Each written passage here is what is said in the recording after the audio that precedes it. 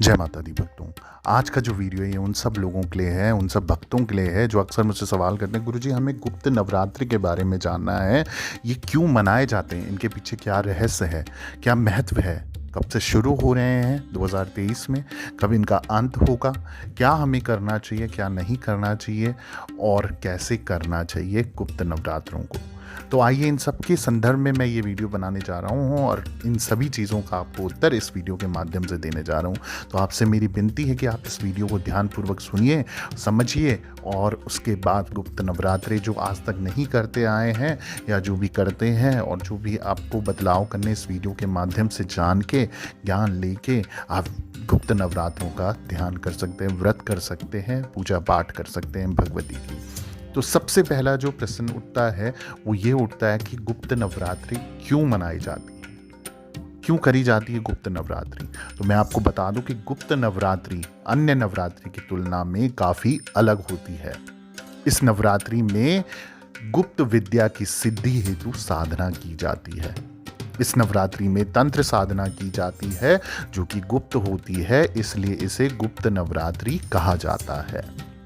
इसके पीछे का जो रहस्य है यानी कि गुप्त नवरात्रि का जो रहस्य है वो भी मैं आपको बता देता हूँ। देवी भागवत के अनुसार जिस तरह वर्ष में 4 बार नवरात्र आते हैं और जिस प्रकार नवरात्रि में देवी के 9 रूपों की पूजा की जाती है, ठीक उसी प्रकार गुप्त नवरात्रि में 10 महाविद्याओं की साधना की जाती है। गुप्त नवरात्रि विशेषकर तांत्रिक क्रियाएं, शक्ति साधना, महाकाल आदि से जुड़े लोगों के लिए विशेष महत्व रखती है। अब सवाल आता है कि गुप्त नवरात्रि में किसकी पूजा होती है। वैसे तो सनातन धर्म से जो भी भगत जुड़े हैं उन सबको जानकारी है कि नवरात्रि में हम किस देवी की पूजा करते हैं। फिर भी मैं आपकी जानकारी के लिए बता दूं कि किनकी पूजा होती है और किस तरीके से आपको पूजा करनी चाहिए। तो इस दौरान आपको प्रातःकाल स्नान करने के बाद माँ दुर्गा की विधि विधान से पूजा करनी चाहिए। ज्योतिष के अनुसार गुप्त नवरात्रि के दौरान धन दौलत में वृद्धि के लिए माँ लक्ष्मी के प्रतिमा पर कमल का फूल अर्पित जरूर करें। साथ ही रोज पूजा के दौरान माँ दुर्गा को श्रृंगार सामग्री अर्पित अवश्य करें। जानकारी दे दूं आपको कि जो गुप्त नवरात्रि पढ़ रहे हैं कब से आरंभ हो रहे हैं और कब समाप्त हो रहे हैं और किस तरीके से आपको घट स्थापना करनी है और कौन सा शुभ मुहूर्त पे करनी है, वो समस्त जानकारी मैं आपको देने जा रहा हूँ। तो पंचांग के अनुसार साल की पहली गुप्त नवरात्रि माघ मास में पड़ रही है जो 22 जनवरी 2023 को शुरू हो रही है और जो समाप्त होगी, 9 दिन की नवरात्रि होती है तो 30 जनवरी को ये समाप्त हो रही है। इस दिन और इस दौरान भक्तगण जो भी हैं पूरे 9 दिन तक गुप्त तरीके से माँ की उपासना करेंगे। माघ महीने के जो नवरात्रे हैं इसके घट स्थापना का मुहूर्त मैं आपको बता देता हूँ। इसमें आपका माघ महीने के शुक्ल पक्ष की प्रतिपदा तिथि जो है वो 22 जनवरी 2023 को रात की 2:22 से शुरू होगी और प्रतिपदा तिथि जो समाप्त हो रही है 22 जनवरी को ही रात 10:27 तक रहेगी। कलश का जो स्थापना का शुभ मुहूर्त है वो मैं आपको बता देता हूँ। 22 जनवरी की सुबह 8:34 से लेकर 9:59 तक रहेगा। घट स्थापना आपको करनी है, उसका अभिजीत मुहूर्त जो रहेगा वो दिन का दोपहर 12:17 से लेकर दोपहर 1 बजे तक आप कर सकते हैं। अब मैं आपको साथ में बता देता हूँ।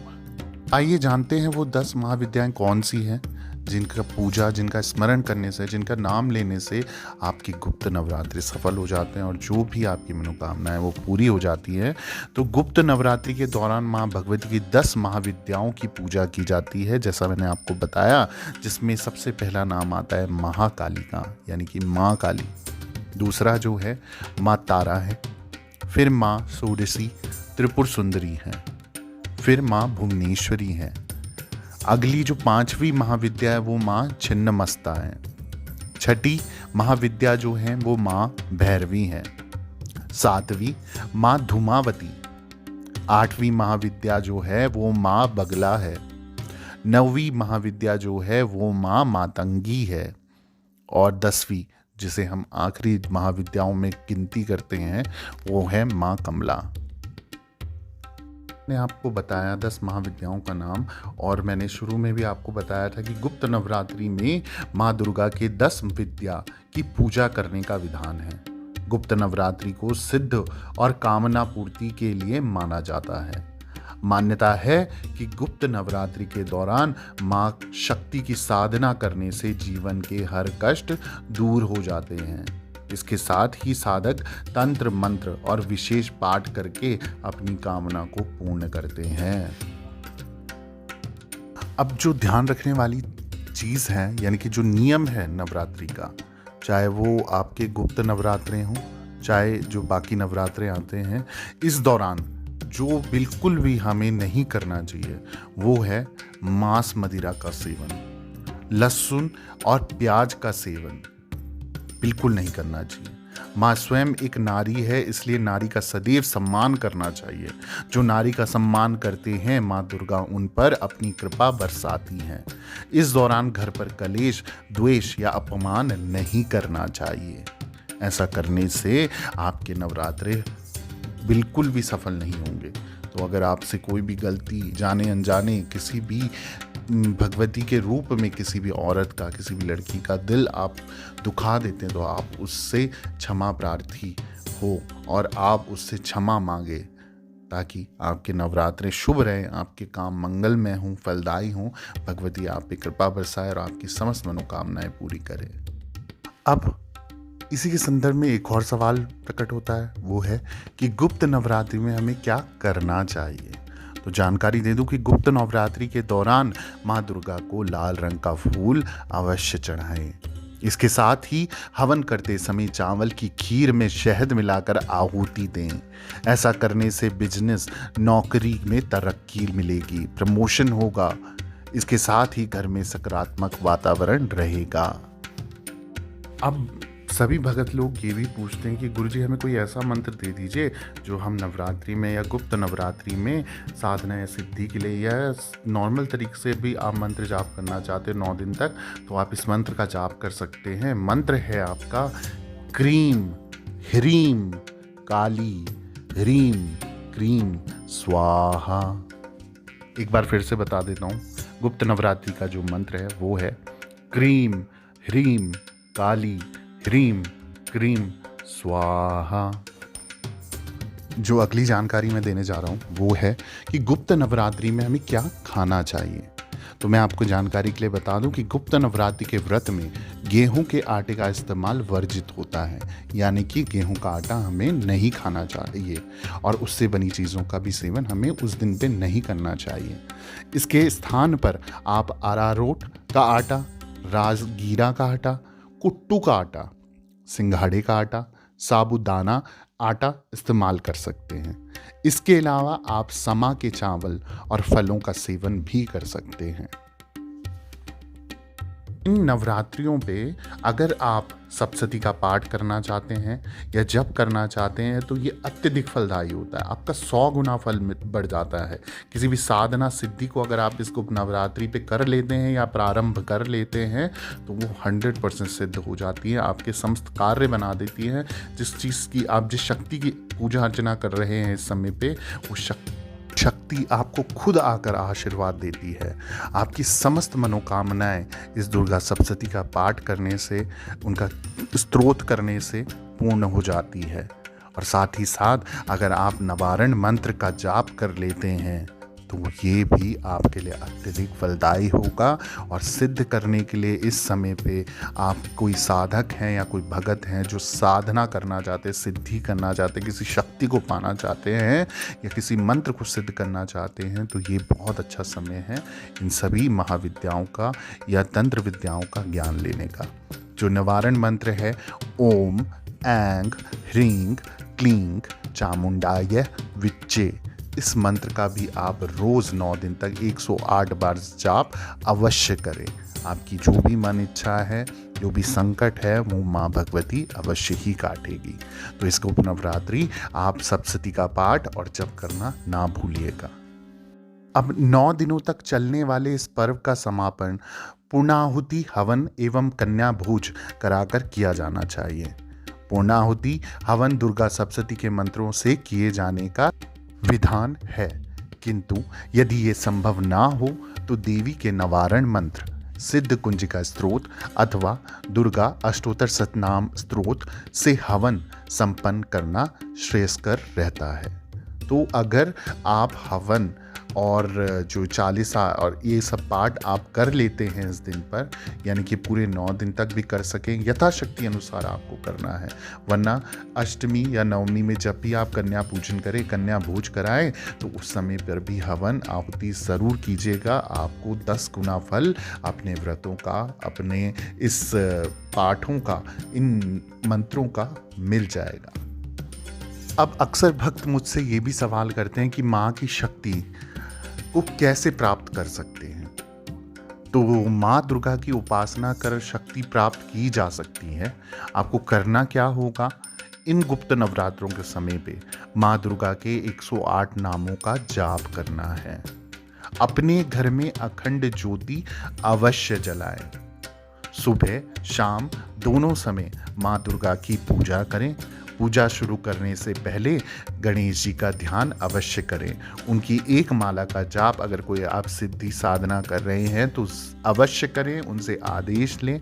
उनके आदेश के बाद ही अपने गुरु का आदेश लें और फिर अपने इष्ट का आदेश लेके उन मंत्रों का जाप कर सकते हैं, साधना सिद्धि कर सकते हैं। मंत्र जाप या पूजा के तुरंत बाद भोजन ना करें। कुछ समय रुकने के पश्चात ही भोजन ग्रहण करें। मैं आपको कुछ 5 ऐसे मंत्र बताने जा रहा हूँ जो आपकी ज़िंदगी भर हर तरीके के कष्टों का, खासकर धन संपदा से जुड़े कोई भी परेशानी हो या अचानक से धन का आगमन हो जाएगा। ऐसे कुछ मंत्र बताने जा रहा हूँ जो आपके जीवन में अक्सर काम आने वाले हैं। अगर ये आप हर नवरात्रि में या शुभ समय देखकर इन मंत्रों का जाप करते हैं तो ये अत्यधिक फलदायी होंगे। आपको 100% इसकी सफलता, धन से, रोगों से मुक्ति और कैसी भी परेशानियों, उन सभी संकटों से मुक्ति मिल जाएगी। यदि आपकी कुंडली या किस्मत में गुप्त धन, पूर्वजों का धन, गड़ा हुआ धन या अचानक से प्राप्त होने वाले धन का योग है, तो हो सकता है कि इस संबंध में आपको कोई संकेत मिले, सपना आए या और कुछ हो।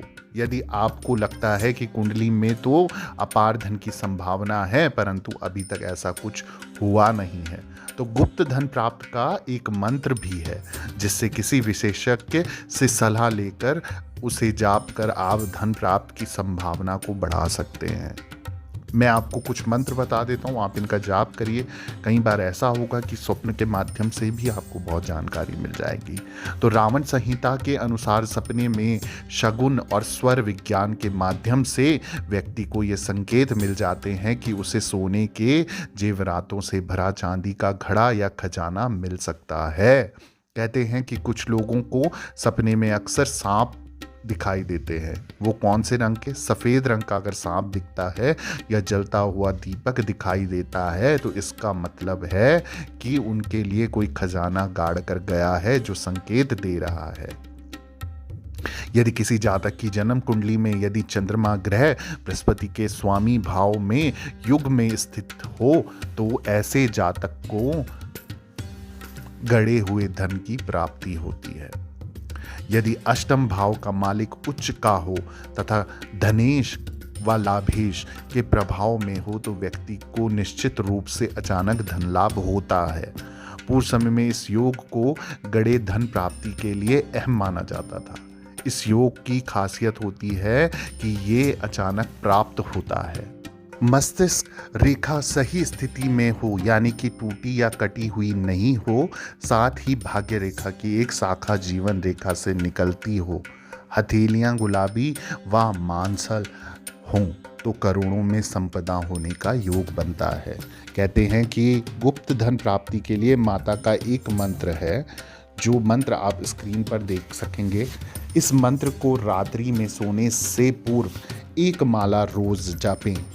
मान्यता है कि कुछ दिनों बाद गुप्त धन कहाँ है इसकी आपको स्वप्न में जानकारी मिल जाएगी या अचानक ही कहीं से आपको धन की प्राप्ति होगी। मंत्र आप स्क्रीन पर देख रहे हैं, इन मंत्रों का आप इन नवरात्रों में भी जाप कर सकते हैं। गुप्त नवरात्रों में इनकी खास अहमियत है और अति फलदायक है। तो आप इन नवरात्रों पे अगर इन मंत्रों का जाप करते हैं तो आपको कहीं से भी धन लाभ हो सकता है, आपकी समस्त परेशानियों का हल आपको मिल सकता है। तो इन मंत्रों का उच्चारण आप सही रखिएगा और भगवती का ध्यान कीजिएगा। और मैं मंत्र स्क्रीन पर आपको लिख के दे रहा हूँ ताकि आप इनको ध्यानपूर्वक पढ़ सकें, इनका उच्चारण सही कर सकें। उच्चारण सही होगा तो ही ये फलदायी होगा। ये थी समझ जानकारी गुप्त नवरात्र को लेके। इसके अलावा आपकी और कोई समस्या है, कोई संकट है जो जगह जगह भटकने के बाद भी समाप्त नहीं हो पा रहा है, तो आप मेरे को इंस्टाग्राम पर डायरेक्ट मैसेज भी कर सकते हो। मैं रोज़ शाम को लाइव दरबार लगाता हूँ, उसमें भी आप अपनी परेशानी बोल सकते हो, आपको रिप्लाई मिल जाएगा। बाकी मैं देवी भगवती सच्ची शक्ति माँ डाट काली के दरबार से सभी भक्तों को आशीर्वाद देता हूँ कि जो भी सच्चे मन सच्चे भाव से दरबार से जुड़े उनकी मन इच्छाएँ पूरी हों, भगवती उनका कल्याण करे। जय माता दी, जय माँ डाट काली।